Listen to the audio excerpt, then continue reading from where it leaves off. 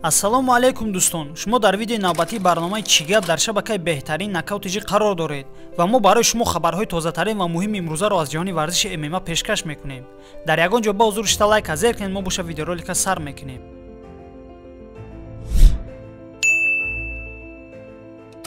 ҷанговари вазни нимёнаи ташкилоти UFC Ҳамзат Чимаев мегӯяд, ки агар Гилберт Бёрнс аз муҳориба бо ӯ даст кашад, дар ин ҳолат Ҳамзат бо дигар рақиби вазни худ мубориза мебарад. Суханҳои Ҳамзат дар ин бора: айни ҳол ман намефаҳмам барои чӣ мо шартномаро набастем, барои чӣ ин варзишгар дар шабакаҳои иҷтимоӣ дар бораи 9 апрел ҳарф мезанад. Ман виза дорам, ба ман рафиқонам видеоро равон мекунанд, ки дар он гуфта мешавад, ки визаи маро кашида гирифта бошанд. мисле ки ман ба Амрико парвоз кардам, аз он ҷо бошад маро ба хонаи худ равон карда бошанд. Ман 3 маротиба дар Амрико будам ва ягон маротиба мушкилӣ бо виза набуд. Ҳатто дар хадамоти гумрук гузаштан маро шинохтанд ва ҳеҷ мушкилӣ набуд. Визаи ман охири моҳи март шояд тамом шавад. аз ҳамин хотир оиди ин мавзӯи UFC бо ҳамроҳии менеҷери ман кор карда истоданд. ба наздикӣ ман ба Амрико сафар мекунам ва дар он ҷо муҳлати визаи худро дароз мекунам. ба ман фарқе надорад. агар Бёрнс ба шартнома имзо нагузорад, дар он ҷо дигар ҷанговар ба ҷанг омода аст. бо касе набард кардан, пул кор кардан ва бо роҳи худ ба пеш рафтан ин мақсади ман аст, гуфт Ҳамзат Чимаев дар мусоҳиба. албатта дӯстон, бояд мақсади ҳамаи ҷанговарон мисли мақсади Ҳамзат Чимаев бошад. чӣ гунаҳе ки ӯ қайд кард, бо касе набард кардан, пул кор кардан ва бо роҳи худ ба пеш ҳаракат кардан. ҳамчунин дӯстон, Ҳамзат Чимаев оиди рақиби ояндаи худ пас аз муҳориба бо Гилберт Бёрнс чунин гуфт: ман бо Бёрнс набард карда ғалабаро ба даст меорам ва баъд бо ғолиби набарди Ковингтон Масвидал вомехӯрам, чунки айни ҳол камару Усман ҷароҳат дорад. фикр дорам ӯ дар муддати кӯтоҳ барқарор мешавад. бо ӯ ҷанг карданро интизорам. ғолиби ҷуфти мо ва ғолиби ҷуфти Ковингтон Масвидал метавонанд муҳорибаи довталабиро баргузор кунанд ё ин ки барои камарбанди муваққатӣ набард кунанд. баъд вақте ки Усман сиҳат мешавад, бо ӯ ҷанг мекунем. ин тавр хуб мешавад, гуфт Борз.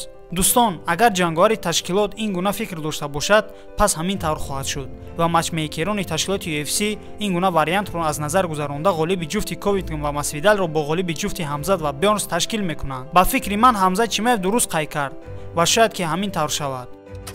ҷанговари дигаре дар вазни Ҳамзат қарор дошта, яъне Шавкат Раҳмонов, боз дар бораи Ҳамзат Чимаев ҳарф зад. суханҳои Шавкат: Чимаев рақиби боқувват аст, аммо барои ман ӯ таҳдид шуда наметавонад. ман айни ҳол намехоҳам ба тарафи ӯ суханҳои қабеҳ занам, мисли туро мешиканам ё ин ки хуншор мекунам. ман мегӯям, ки вақт ҳамашро нишон медиҳад. аммо мо дар як дивизион қарор дошта бошем, пас дер ё зуд мо ба октагон мебароем. ана баъд дар он ҷо ҳамашро мебинем. хотиррасон мекунам, ки Шавкат Раҳмонов аз кишвари Қазоқистон мебошад ва рекорди ӯ низ дар UFC бад нест. мисли Ҳамзат ӯ низ дар серияи ғалабаҳо қарор дорад.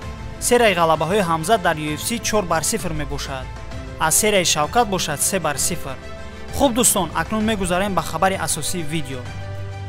чӣ гунаҳе ки ҳамагон медонем, Самандар Муродов чемпиони нимёнаи ташкилоти Eagle FC мебошад. аз ин хотир ба тарафи Самандар таҳдидҳо зиёд мешаванд. ҷанговари дар вазни Самандар қарор дошта ва яке аз фаворити асосӣ дар ҷанг бо Самандар, Узаир Абдураков, дар бораи Самандар ҳангоми саволҷавоб бо мухлисон оиди Самандар ҳарф зад.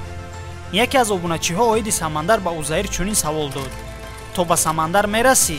дар ҷавоб Узаир Абдураков гуфт, ки албатта ман мақсади гирифтани камарбандро дорам. дар роҳ ба ман фарқе надорад ки истода бошад, Самандар ё ин ки ягон нафари дигар. ташкил ки карданд, ҳатман бо хурсандӣ мубориза мебарам, гуфт Узаир. албатта дӯстон, хотиррасон мекунам, ки рӯзи 18 феврал дар турнири Eagle FC 45 дар шаҳри Москва Узаир Абдураков бо Хаял Искандаров муҳориба дорад ва шояд ки ғолиби ин муҳориба дар моҳи август ё сентябри ҳамин сол бо Самандар Муродов муҳорибаи худро баргузор кунанд. каме маълумот оиди Самандар. Самандар Муродов айни ҳол дар шаҳри Твери Федератсияи Русия дар толори амаки худ Соиб Пиров машту тамрини сабук карда истодааст ва ӯ бо хости худо моҳи август ё ин ки сентябр ба октагон бармегардад. айни замон ба Самандар Муродов танҳо барқароршавии хубро орзумандем. бигзор ки хуб барқарор шавӣ ва мо боз туро дар майдони набард бинем. ба шумо дӯстон гуфтаниам, ки дар зери видео фикрҳоятонро ҳатман дар бораи Самандар нависед. мо ҳамаашро мехонем ва лайк мегузорем. агар шумо то ҳол ба шабакаи мо обуна нашуда бошед, ҳатман обуна шавед, чунки ҳамарӯза хабарҳо ва барномаи ҷолиб оиди ММАи ҷаҳонӣ ва тоҷикӣ шуморо интизор аст. танҳо баъди обуна шудан зангулачаро гирён кунед, то ки хабардор шавед. раҳмат, ки видеоролика то охирша тамошо кардем. худатонро дар ҳавои сардӣ эҳтиёт кунед. то барномаи навбатии Чӣ гап. хайр.